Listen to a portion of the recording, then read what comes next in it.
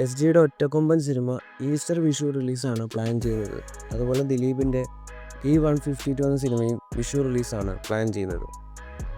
ജനനായകൻ സിനിമയുടെ കേരള FTFS നേരത്തെ പുലർച്ചെ 4 മണിക്ക് തുടങ്ങുമെന്നായിരുന്നു ഡിസ്ട്രിബ്യൂഷൻ ടീം അറിയിച്ചത്.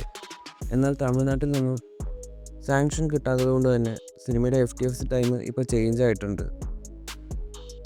ജനുവരി 9 പുലർച്ചെ 6 മണിക്കായിരിക്കും ജനനായകൻ സിനിമയുടെ കേരള FTFS തുടങ്ങുക.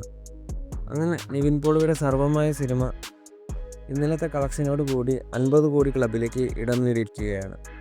4 ദിവസം കൊണ്ട് ഓപ്പണിംഗ് വീക്കെൻഡിൽ സിനിമ കേരളത്തിൽ 18 കോടി 8 ലക്ഷം രൂപയാണ് കളക്ഷൻ നേടിയത്.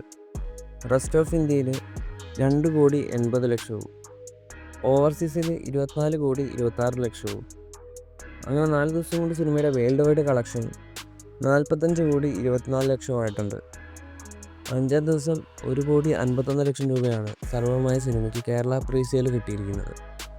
6-ാം ദിവസം 1 കോടി 55 ലക്ഷവും. ഇതേ ഒരു മീറ്ററിൽ സിനിമയുടെ കളക്ഷൻ പോവുകയാണെങ്കിൽ ഉറപ്പായിട്ടും നിവിൻ പോളിയുടെ ആദ്യ 100 കോടി സിനിമയായിട്ട് സർവമായ മാറും.